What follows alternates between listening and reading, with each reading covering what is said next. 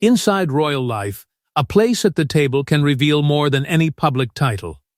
It determines who is heard, who is watched, and who is quietly pushed aside.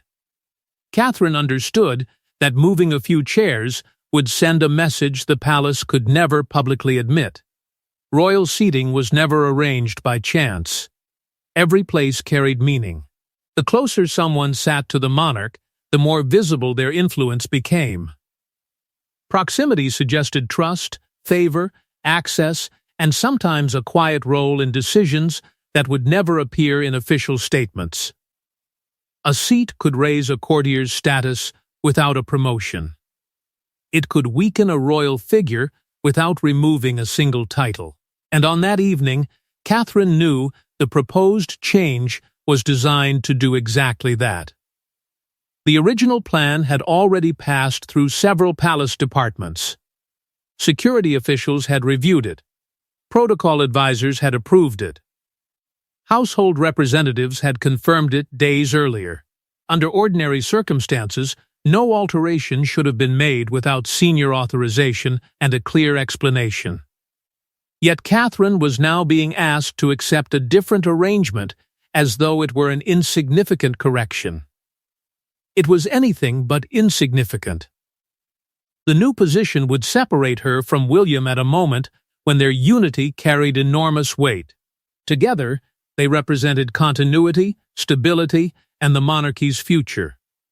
Moving Catherine away from him would create a different impression, one of distance, reduced influence, and silent demotion. Meanwhile, a figure closely connected to Camilla's office would take Catherine's original place near the evening's most powerful guests. That placement offered more than prestige.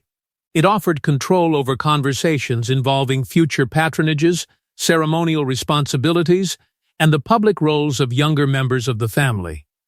These were not casual dinner topics. They were decisions that could shape the monarchy for years. Catherine's proposed seat would leave her beside guests with little involvement in those discussions.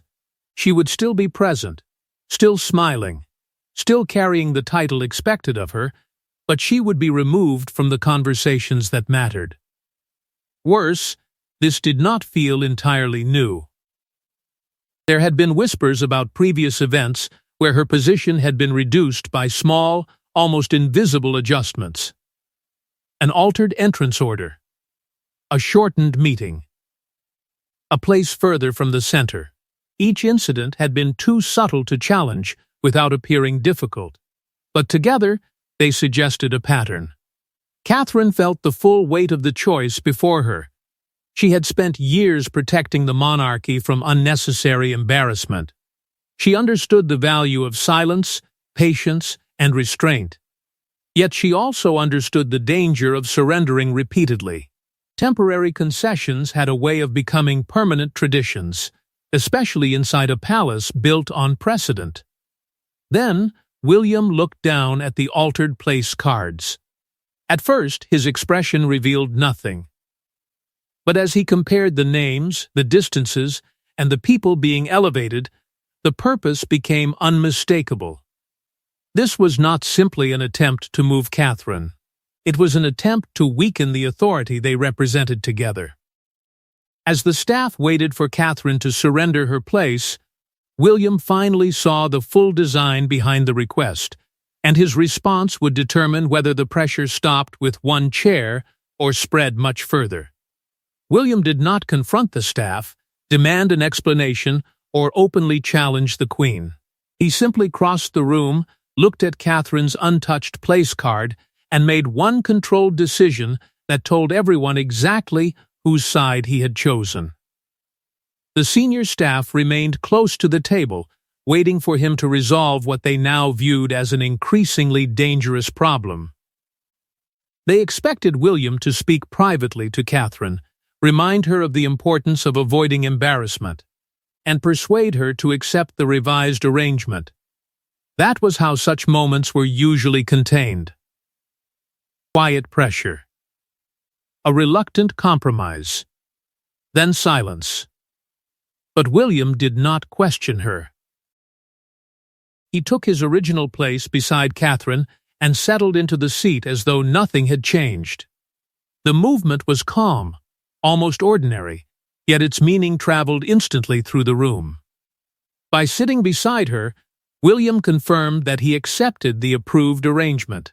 More importantly, he made it impossible to move Catherine without also asking the Prince of Wales to surrender his own place. The pressure shifted immediately. Until that moment, the staff could describe Catherine as uncooperative. Now they faced a much more serious choice. They could challenge William openly, risking a confrontation in front of family members and important guests, or they could allow the original plan to stand. William's silence made the situation even harder for them. He had raised no accusation. He had embarrassed no one. There was no angry exchange that could later be used against him. His restraint stripped the palace of every easy excuse. A senior courtier finally stepped forward and quietly explained that the Queen's office had requested a revised arrangement. The words were careful, but the message beneath them was clear. Camilla expected obedience. William listened without interruption. Then he replied that he and Catherine would follow the seating plan that had already been approved. He did not mention Camilla by name. He did not question her authority or suggest that the request had been improper. Yet his answer closed the door completely. The courtier could not push further without admitting that the revised chart carried greater authority than the official one. Catherine understood exactly what William had done. He had supported her without rescuing her. He had not spoken over her, weakened her decision, or turned the moment into a performance of protection. He simply stood beside the choice she had already made. Others noticed. Anne's attention sharpened. Edward remained still, but his expression suggested that he understood the stakes. Several guests exchanged brief glances as the quiet unity between William and Catherine became impossible to ignore. Then Camilla entered. She looked toward the table, expecting to see the alteration completed. Instead, Catherine remained in her place, with William seated firmly beside her. Camilla's expression stayed composed, but the pause was unmistakable. One of her closest aides immediately withdrew, carrying the failure of the plan beyond the room. William had protected Catherine's position without raising his voice, but Camilla's expression revealed that the refusal had struck something deeper, a carefully planned shift in power that was now beginning to collapse. The seating change had been described as a simple matter of protocol, yet within minutes, conflicting explanations began spreading through the palace. One aide blamed security, another mentioned diplomacy, and a third quietly admitted that the decision had been discussed long before that evening. The contradictions appeared almost immediately. One official insisted the change had been made to accommodate a foreign dignitary whose position required special treatment, but the dignitary's seat had not moved at all. Another claimed the adjustment was linked to security, even though Catherine's original place was located within one of the most carefully controlled areas of the room. Each explanation weakened the last. Then a member of William's household discovered something far more troubling. There were two seating charts. The first was the official version approved by protocol, security, and the senior royal households. The second was a private revision circulated through a much smaller group connected to Camilla's office. The differences were impossible to dismiss as accidental. In the revised plan, figures loyal to Camilla had been moved closer to the most influential guests. Several people associated with William and Catherine had been pushed outward, away from the center of discussion. Anne's position had also been weakened, though with enough subtlety to avoid immediate protest. That detail caught her attention. Anne understood palace arrangements too well to believe the pattern was random. This was not a last-minute correction. It was an attempt to redraw influence around the table without openly announcing that anything had changed. The deeper purpose soon became harder to ignore. Camilla's office appeared to be testing whether its private instructions could overrule decisions already approved by the Prince and Princess of Wales. If Catherine moved without resistance, the precedent would matter long after the dinner ended. It would prove that quiet pressure could reduce their authority without requiring any formal confrontation. And there was more at stake than rank. The central part of the table was expected to host sensitive conversations about royal residences, ceremonial responsibilities, and the future public roles of younger family members. There were also unresolved questions involving historic jewels and possessions once associated with Queen Elizabeth. One guest seated near Catherine had direct knowledge of those disputes. That may have been the true danger. By moving Catherine away, Camilla's office would not merely change the appearance of the table. It could prevent a private exchange from taking place. Catherine would remain visible but uninformed, present but excluded. Camilla now faced a problem she had not anticipated. Because Catherine refused to move, the original arrangement would remain in full view. Everyone could see who had been intended for the center and who had been quietly elevated in the revised plan. The strategy had failed before it could disappear into routine. The failed seating change had revealed the outline of a much larger strategy. But the most dangerous question remained unanswered. What conversation was Catherine never supposed to hear? Halfway through dinner, the guest beside Catherine mentioned a locked collection, an unsigned inventory, and several jewels whose future had never been publicly settled. Suddenly, the reason for removing her from the center of the table became impossible to dismiss. The guest was no ordinary advisor. He had spent years working close to the royal household, dealing with historic property, private possessions, and heirlooms whose value could never be measured by money alone. He understood the difference between what belonged to the crown, what remained within the family, and what existed in the dangerous space between the two. At first, the conversation sounded harmless. A quiet remark about unfinished records. A reference to items still being reviewed after Queen Elizabeth's death. Then came the detail that changed everything. The inventory was incomplete. Some jewels were clearly part of the royal collection and could not be treated as private gifts. Others had belonged personally to Queen Elizabeth and could eventually pass through family arrangements that were rarely explained outside palace walls. The uncertainty created a silent struggle over who could wear them, who could control access to them, and who might one day inherit their meaning. The advisor lowered his voice and revealed that Catherine's name had appeared in private discussions concerning several important pieces. These were not simple ornaments. They were jewels linked to continuity, public duty, and the future role of the Princess of Wales. One piece, however, had remained hidden. Its ownership was disputed. So was its ceremonial purpose. Some believed it should eventually be worn by Catherine. Others argued that tradition gave the reigning queen greater control. Because nothing had been formally settled, the jewel had disappeared from public view while decisions continued behind closed doors.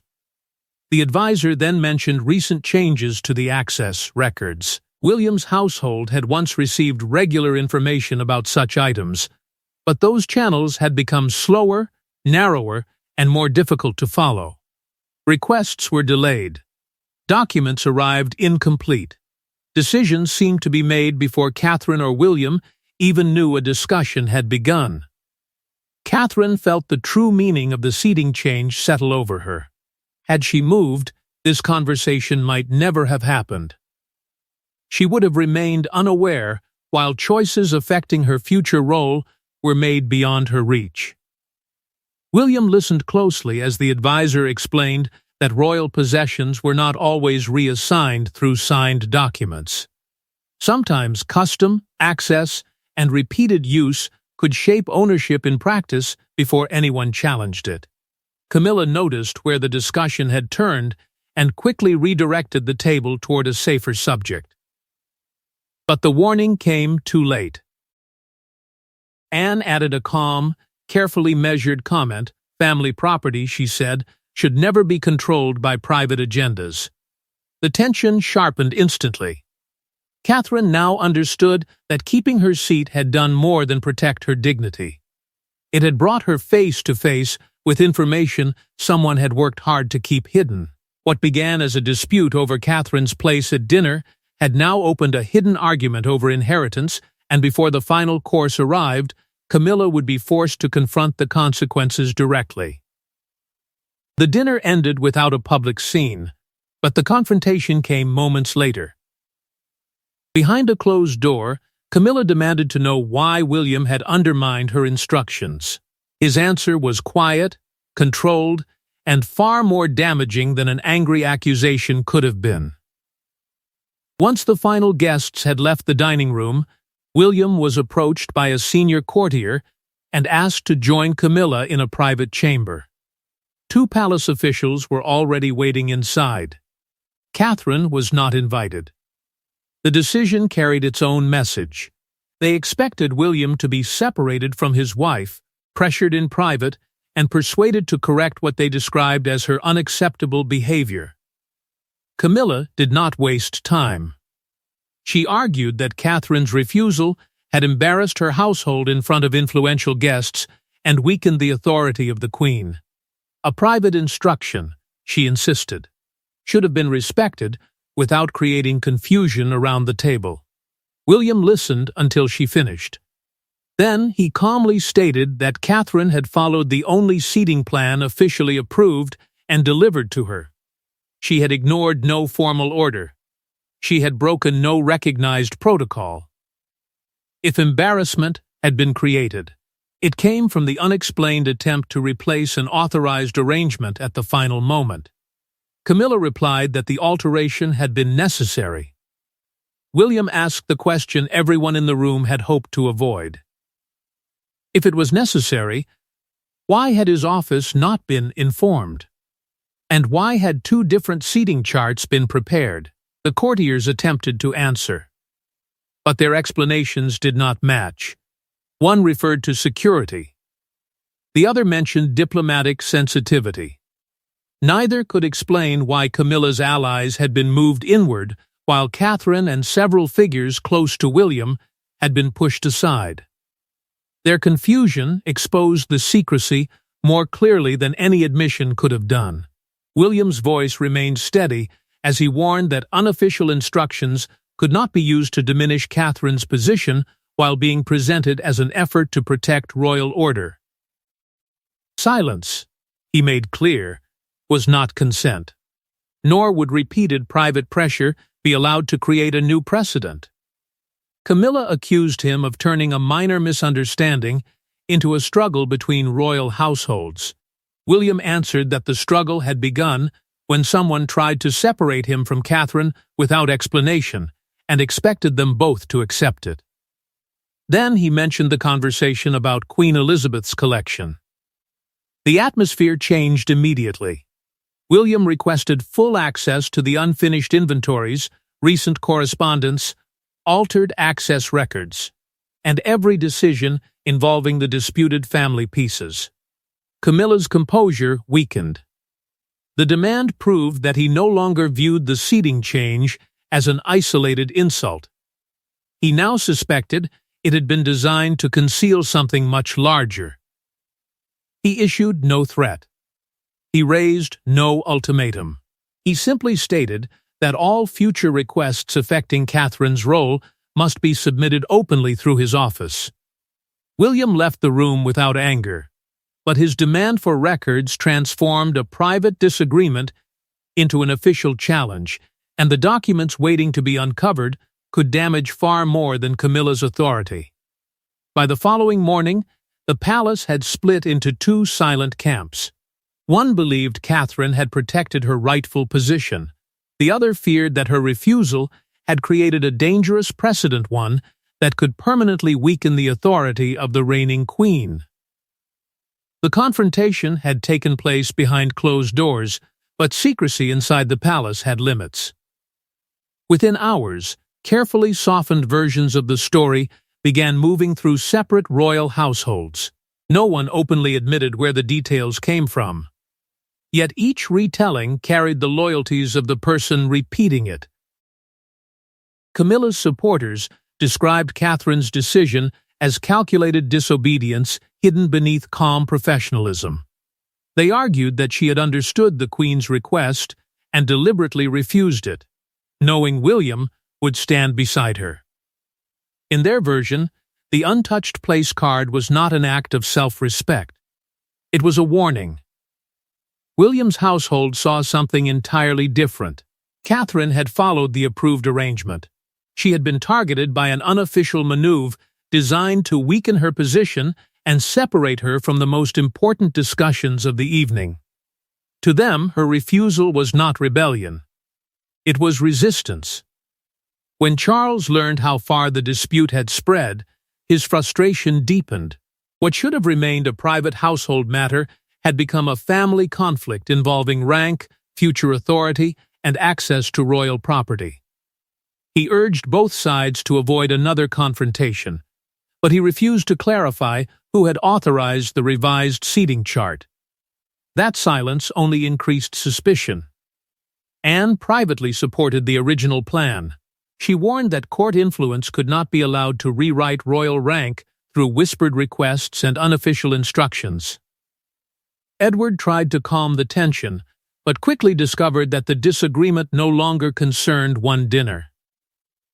William's demand for inventories and correspondence had opened questions about jewels, heirlooms, and years of decisions made without clear records.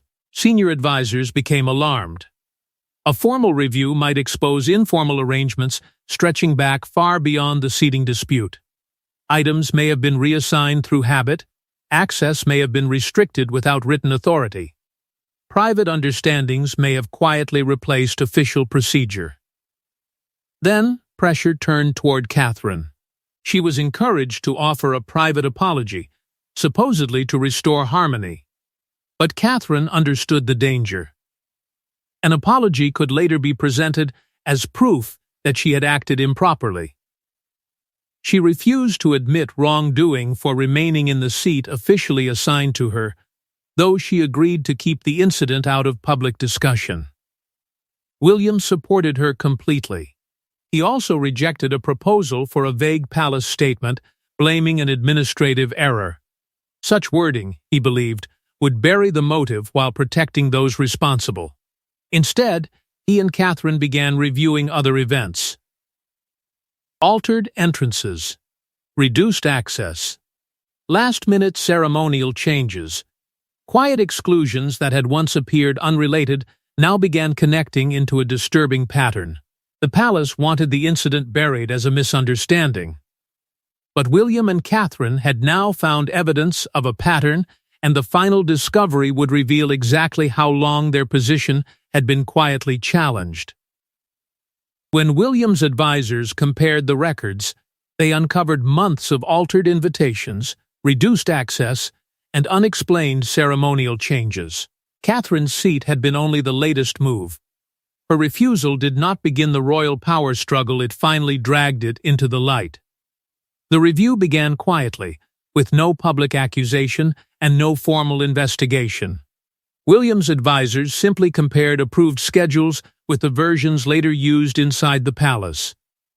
What they found was not one dramatic act, but a chain of smaller decisions that had repeatedly pushed Catherine away from the center of royal influence.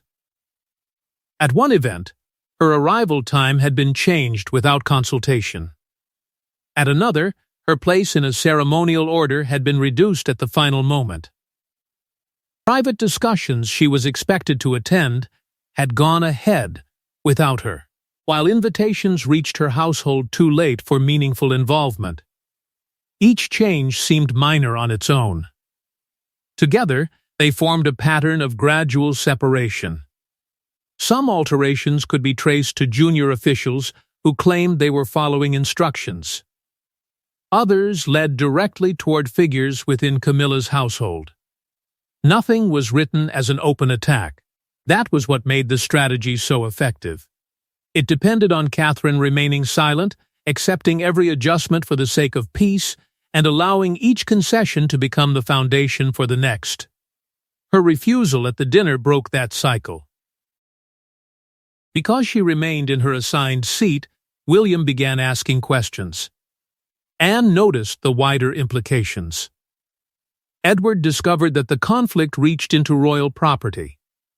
What had once been dismissed as administrative confusion now appeared to be a sustained struggle over access, visibility, and future authority.